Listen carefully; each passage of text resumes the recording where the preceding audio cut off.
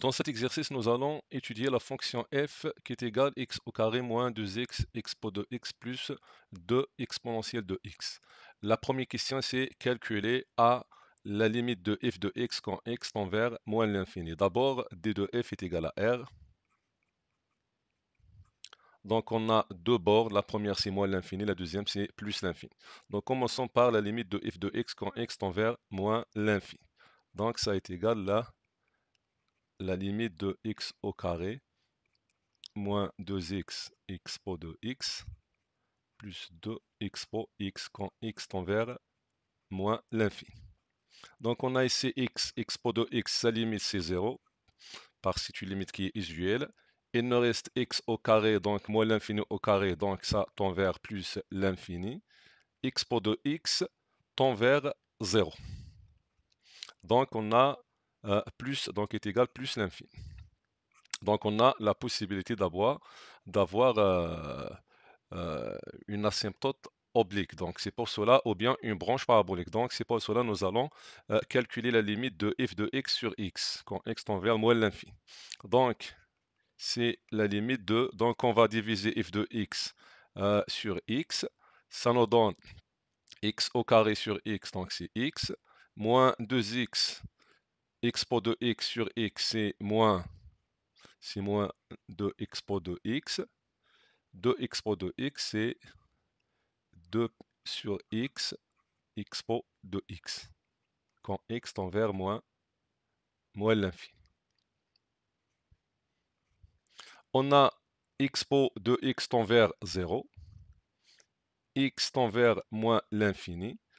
On a 1 sur x, puisque x tend vers moins l'infini, donc 1 sur x, donc on a ici 1 sur x. 1 sur x tend vers 0. Expo de x quand x tend vers moins l'infini tend vers 0, donc ça tend vers 0. Donc on a 0, donc est égal moins l'infini. Donc l'interprétation géométrique, c'est que CF, la courbe de la fonction f, il admet une branche parabolique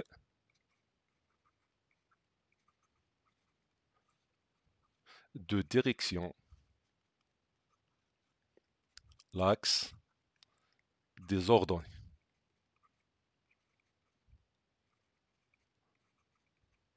L'axe des ordonnées, c'est-à-dire OY. Au voisinage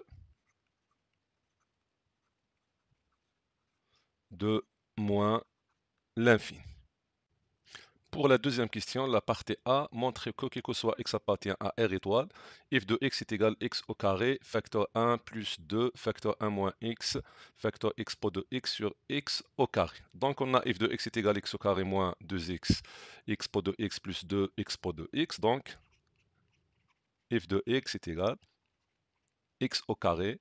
Nous allons factoriser par expo de x, ou bien, donc on a, entre parenthèses, on a 2 moins 2x, expo de x est égal à x au carré. On va factoriser par 2, donc on a 2 facteur 1 moins x, expo de x. Maintenant, nous allons factoriser par x au carré. Donc x au carré, facteur 1 plus 2, facteur 1 moins x, expo de x divisé par x au carré. C'est comme ça, on est arrivé au résultat demandé. Pour la question B, on va calculer la limite de f de x quand x tend vers plus l'infini. Donc, on va utiliser la dernière forme de la fonction f, c'est-à-dire x au carré, facteur 1, plus 2, facteur 1 moins x, expo de x sur x au carré, avec x tend vers plus l'infini. Donc on a 1 moins x tend vers moins l'infini. Expo de x sur x au carré, quand x tend vers plus l'infini, ça tend vers plus l'infini. Nous pouvons la montrer. Ça tend vers plus l'infini. Donc le produit, c'est moins l'infini.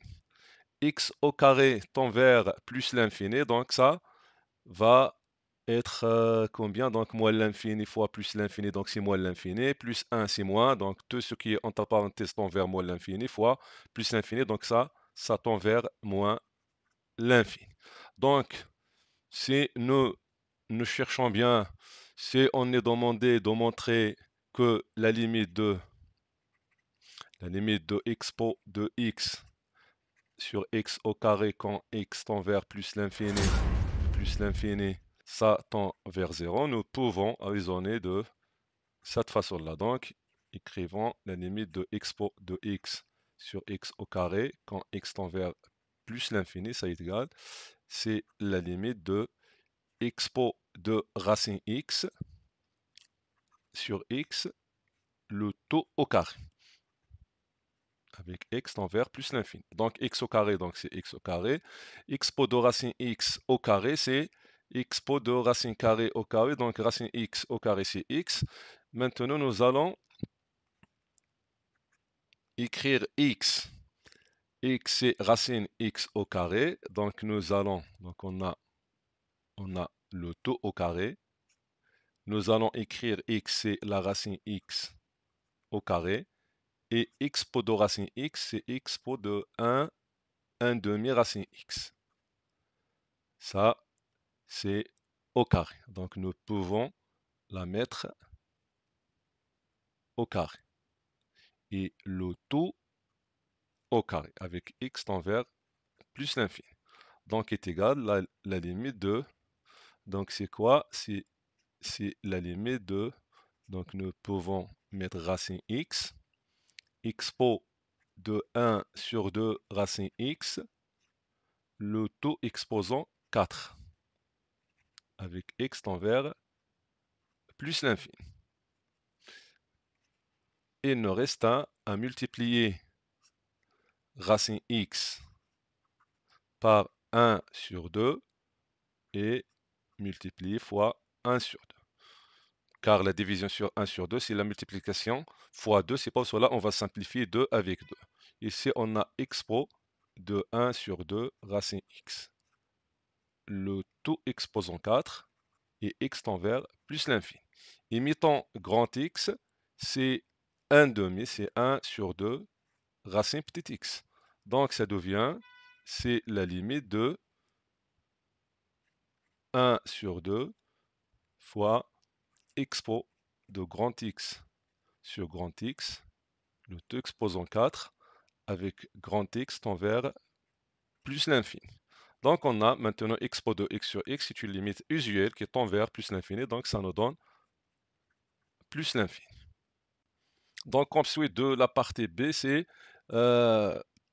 étudier la possibilité d'avoir une asymptote oblique, c'est-à-dire nous allons, donc on a déjà calculé la limite de f de x quand x tend vers plus l'infini, c'est moins l'infini. Maintenant, nous allons calculer la limite de f de x sur x quand x tend vers plus l'infini. Donc, nous allons diviser x au carré fois etc. sur x, ça nous donne, donc simplifions x au carré avec x, donc c'est x, facteur 1 plus 2, facteur 1 moins x, expo de x sur x au carré, avec x tend vers plus l'infini.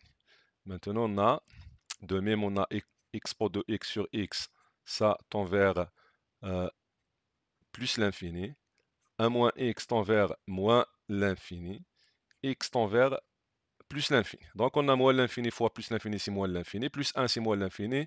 Fois plus c est égal moins l'infini. C'est comme ça. CF admet une branche, parabolique de direction. L'axe des ordonnées au voisinage de plus l'infini. Pour la troisième question, donc la troisième question, la partie A, montrer que, quel que soit x appartient à R, la dérivée de f, c'est 2x facteur 1 moins x pro de x. Donc on a f de x est égal à x au carré, etc. Donc nous pouvons écrire f de x, c'est x au carré, factorisant avec 2x pro de x. Donc c'est 2x pro de x, facteur quoi? Facteur 1 moins x pro de x. Voilà. Donc, sachant que f de x est une fonction dérivable sur R, pourquoi? Parce que c'est une somme et produit de fonctions qui sont dérivables, x pro de x, x au carré, etc. Donc, f', c'est, donc nous allons dériver x au carré, c'est 2x. Dérivant 2 facteur 1 moins x, etc. 2 est constante, donc on va dériver 1 moins x facteur x pro de x. Donc, puisqu'il s'agit d'un produit, donc c'est la dérivée de 1 moins x fois x pro de x plus 1 moins x fois la dérivée de x pro de x. Alors, f' de x est égal à 2x plus 2, entre parenthèses 1, la dérivée de 1 moins x, c'est moins 1. Donc, il nous reste moins 1 fois x pro de x, donc moins x pro de x. La dérivée de x pro de x, c'est x pro de x, donc il nous reste 1 moins x pro de x. Alors, f' de x est égal à 2x. On a plus 2 fois moins x pro, c'est moins 2x pro de x, plus 2 fois 1 moins x pro de x. Donc, f' de x est égal. On va factoriser, donc on a 2x, factorisant par 2x pro de x. Donc, entre parenthèses, on a moins 1, ou bien on a 1 moins x et moins 1. Donc, 1 moins 1 à simplifier. Il nous reste f' de x, c'est 2x, 1 moins. Donc, 2x pro de x fois moins x, donc c'est moins 2x pro de x. Donc, factorisons par 2x, donc 2x facteur 1 moins x pro de x. Pour la partie B de la troisième question, on a montré que f est strictement croissant sur R. Donc on a déjà montré que la dérivée de f c'est 2x facteur 1 moins x pro de x. Donc nous allons étudier le signe de f'. Pour cela, nous allons chercher les racines de 2x et 1 moins x pro de x. Donc pour x, sa racine c'est 0. Donc il nous reste à chercher la racine de 1 moins x pro de x. Donc on va résoudre cette équation-là. Donc ça équivaut à x pro de x est égal à 1. Donc ln etc. Ça nous donne x, ln de 1, c'est 0. Donc la racine, c'est 0. Donc nous allons tracer, ou bien tracer le tableau de signes.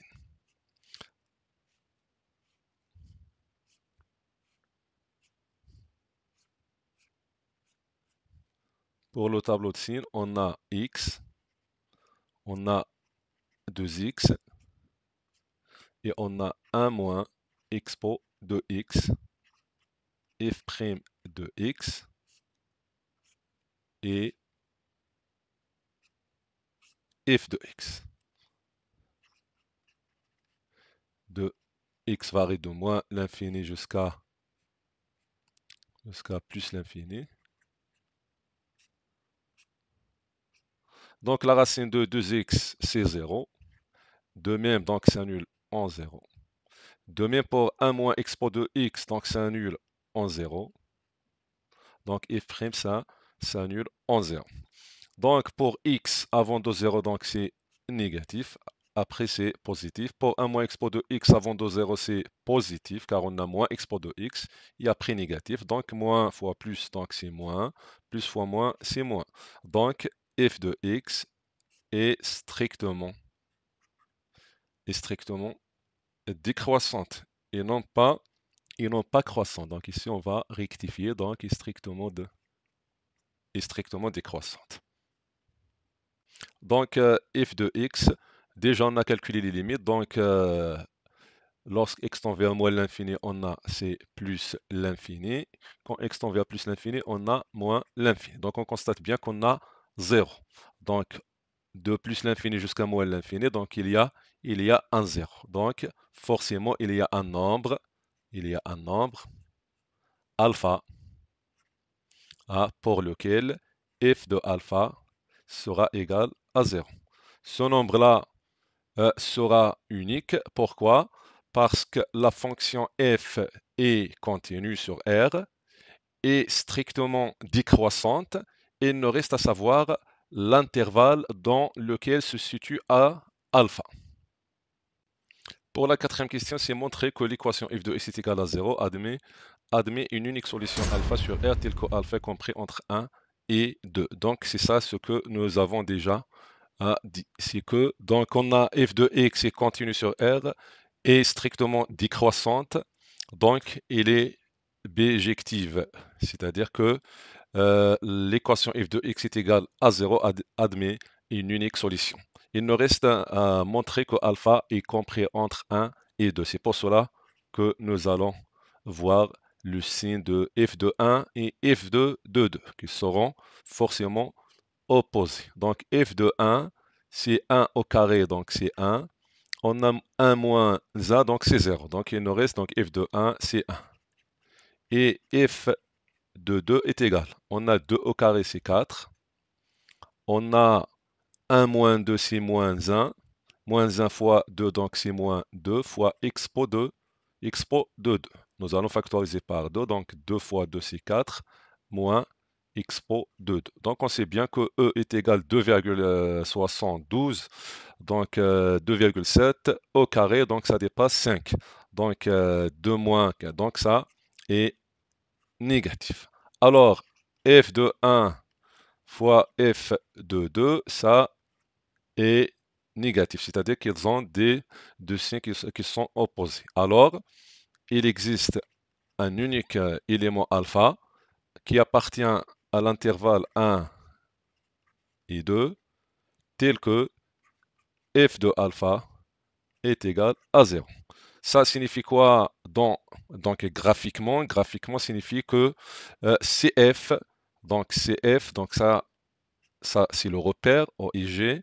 Donc CF va couper l'axe des abscisses dans l'élément alpha situé entre 1 et 2.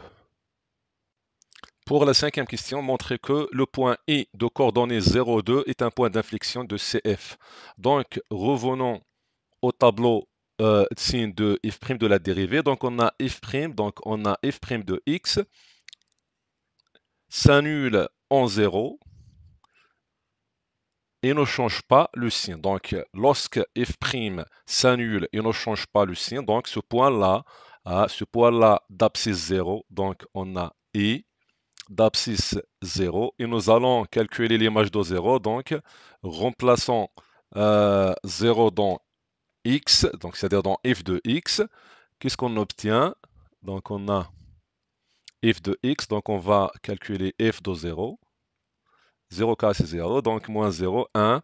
Expo de 0 c'est 1, il nous reste 1 moins 0 c'est 1, il nous reste 2. Donc on a 0, 2.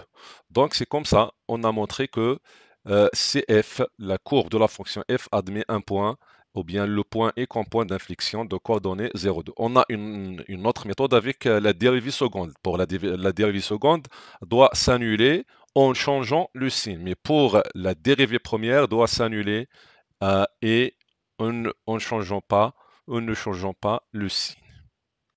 Pour la question 6, on a à construire CF, la courbe de la fonction f. Donc commençons par le point d'inflexion. On a I02, c'est le point, donc on a 0, 2.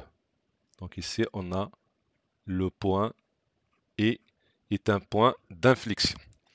On sait que la courbe CF admet une branche parabolique de direction l'axe des ordonnées au voisinage de moins l'infini. Et on sait bien que la fonction f est strictement décroissante. Donc, on décroît de cette façon-là. Donc, on forme une branche parabolique de direction l'axe des ordonnées. Une fois qu'on arrive au point I, on va changer la concavité. Donc, c'est le point d'inflexion. Sachant que CF va couper l'axe des abscisses en nombre alpha qui est compris entre 1 et 2. Donc, ici alpha. Donc, on va changer la concavité comme ça. Donc, ici, on a alpha. Et on va former une branche parabolique avec l'axe des ordonnées, car CF admet une branche parabolique de direction l'axe des ordonnées au voisinage de plus l'infini. Donc, c'est ça, la courbe CF. Pour la septième question, la partie A montre que l'intégrale de x fois expo de x de 0 vers 1 est égale à 1 et nous allons raisonner par une intégration par partie. Donc, c'est pour cela on a x pour les nombres, on a expo de x, c'est l'exponentielle, donc on va prendre la fonction u à dériver, c'est x, et la fonction v' à chercher donc sa primitive, c'est expo de x. Ça équivaut à u' c'est 1, v, la primitive de expo de x, c'est expo de x. Donc, l'intégrale de 0 vers 1 de x, expo de x, d de x, est égale, donc, la primitive c'est u fois v, donc x expo de x, de 0 vers 1, moins l'intégrale de 0 vers 1 de u' fois v, donc 1 fois expo de x, c'est expo de x, d de x. Donc ça est égal expo ou bien x facteur expo de x 0, 1, moins la primitive de expo de x, c'est expo de x de 0 vers 1. Donc ça, donc on va écrire x expo de x moins expo de x de 0 vers 1. Donc nous pouvons factoriser par expo de x, donc c'est x moins 1 expo de x de 0 vers 1. Maintenant nous allons remplacer x par 1. 1 moins 1 c'est 0, donc moins l'image de 0, donc 0 moins 1 c'est moins 1, expo de 0 c'est 1, donc on a moins 1 est égal à 1. Pour la partie B de la septième question, c'est calculer l'aire ou bien la surface de domaine délimitée par CF et l'axe des abscisses et les droits d'équation x est égal à 0 et x est égal à 1. Donc revenons à CF. Donc le domaine ou bien l'aire délimitée par CF et l'axe des abscisses et les droits d'équation x est égal à 0. X est égal à 0, c'est l'axe des ordonnées, et x est égal à 1, x est égal à 1, donc c'est ce droit-là. Donc le domaine délimité, c'est et celui-ci qui est assuré. C'est pour cela, on va, donc cette terre-là, est égal quoi? Est égal l'intégrale de la valeur absolue de f de x moins y d de x. Y, c'est l'équation de la droite, c'est l'axe des abscisses. Puisque l'axe des abscisses a pour équation c'est égal y est égal à 0, donc il nous reste à calculer l'intégrale de 0 à 1 de la valeur absolue de f de x, d de x. Maintenant, nous allons voir le signe de f de x entre 0 et 1.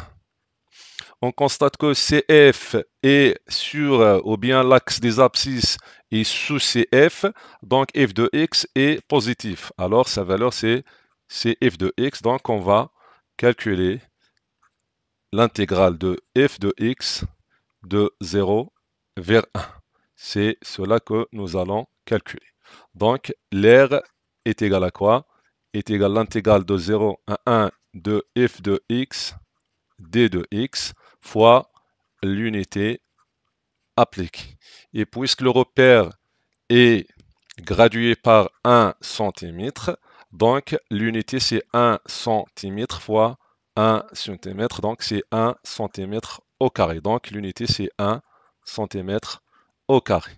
Maintenant, nous allons, voilà, intégrer la fonction f de x, qui est x au carré moins 2x expo de x plus 2 expo x d de x. Ça, donc, c'est l'intégrale de x au carré moins de l'intégrale de x expo de x d de x plus 2 l'intégrale de 0 vers 1 de expo de x d de x. Cette intégrale-là est déjà calculée est égale à 1, donc l'air est égal.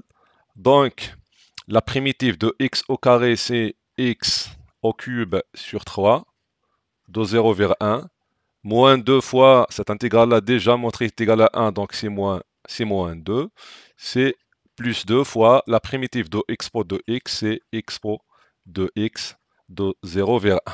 Donc, nous allons remplacer x par 1, donc c'est 1 au cube, c'est 1 sur 3, moins 0 sur 3, c'est 0, donc 1 tiers, moins 2 plus 2 fois expo de 1 c'est e, moins expo de 0 c'est 1. Donc ça nous donne, on a 1 tiers, moins 2 plus 2 fois e, 2 fois moins 1 c'est moins 2. Donc ça est égal à 1 tiers plus 2e moins 4. Donc réduire au même dénominateur qui est 3. Donc on a 1 plus 2e fois 3, donc c'est 6e, moins 4 c'est moins 12, donc l'air est égal à 6e, 1 moins 12 c'est moins 11 sur 3 cm au carré. C'est comme ça, on a terminé notre exercice. Assalamu alaikum.